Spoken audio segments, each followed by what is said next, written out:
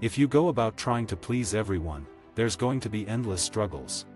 I've become a true Muslim. It's giving me happiness. It's made me become content as a man and helped me to grow. I've just got faith in it, and it has definitely helped me become the man I am today. I am my own man now. I can think for myself, whereas when I was 20, 21, I always wanted to please others. My biggest challenge for myself is to be the best father I can be and be the best husband I can be. We're so lucky where we live, but we're so out of touch. Everyone's mindset is made to feel that refugees are a problem, but it's more than that. They're human beings, too. They were forced from their homes. I have just fallen back in love with rugby league again. All I want is respect. I don't have the runs on the board to trash talk anyone in the boxing sense. I've got to do it the hard way and earn that respect. I like the challenge, week in, week out, of trying to play good, consistent footy. Now, I know a lot of things in the big man's world are not what they seem. A lot of people are out for themselves, and you can't always trust what someone says. A young fella snuck out onto the field somehow, but when he was coming up to give me a hug, he got smoked by the guard. He was lucky the guy didn't break his ribs. It doesn't matter what you look like. Experience is the key. For myself, it's trying to do my best in whatever I am doing. At this time, it is boxing.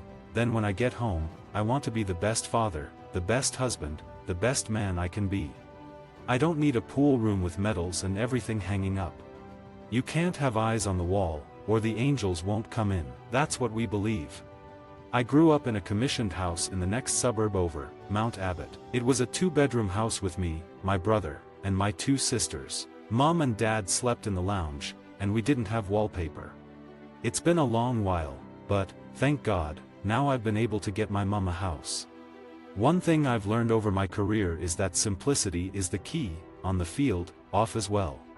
Okay, I floss, I brush my teeth, and I use mouthwash. Does that mean that I love it? That means that I, like to look after my teeth. I just don't want to fail, to be honest. I don't want to let my family down. I don't want to let myself down. That's probably the biggest thing I fear. I guess I've always had not really thought of myself as this big star, big identity in the game. As soon as I signed for the French Rugby Union, it was just a huge relief, because I was out of Sydney and out of sight doing what was best for myself.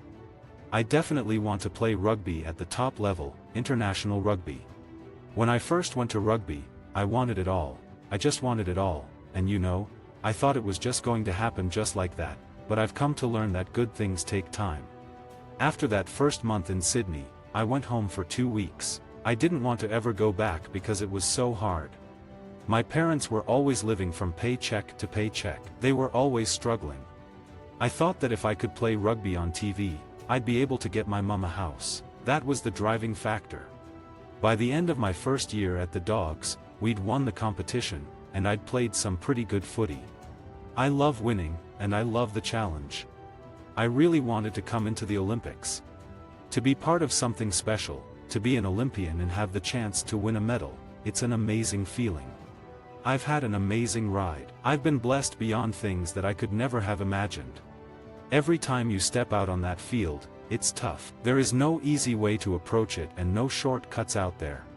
The thing I enjoy is that I have come to league as a union player, and I have to adapt to different situations I am facing. Sometimes they are big hurdles, but good players can overcome them. I am trying to do my best. To be an Olympian, not many people can say that. But first of all, I've got to make the team, and I know a lot of hard work is going to go into it, so hopefully it pays off. People have goodness in their hearts. I rock up to training, and Folksy, Steve Folks, someone that, to be honest, has never paid any interest in my personal life, he comes up to me and starts saying, "You're not turning Muslim, are you?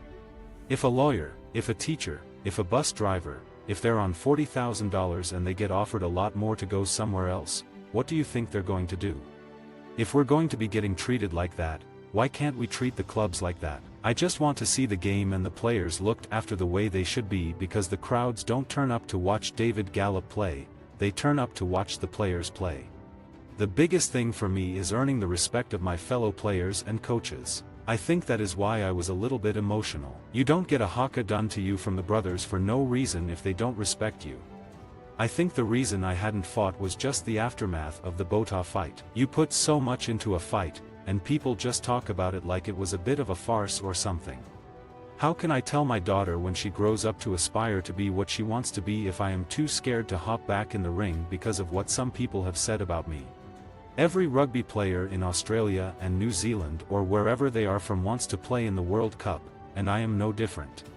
Although the rugby league fraternity probably don't like it, the rugby union fraternity probably doesn't like it, it's cool for sportsmen, for young kids coming up, to know that there's not just that one door.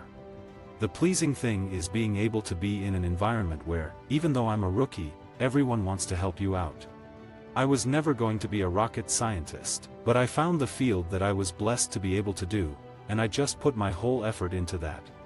Seeing my daughter for the first time after I came back from the tour was just a life-changing experience. It still blows my mind. Beforehand you think, oh, changing nappies, I'm going to be up, I need to get sleep for training. But when it happens, when you're there, as soon as you hear a wiggle or a cough or something, you're up straight away. It doesn't bother you. Visit our website for more quotes, quoting.com.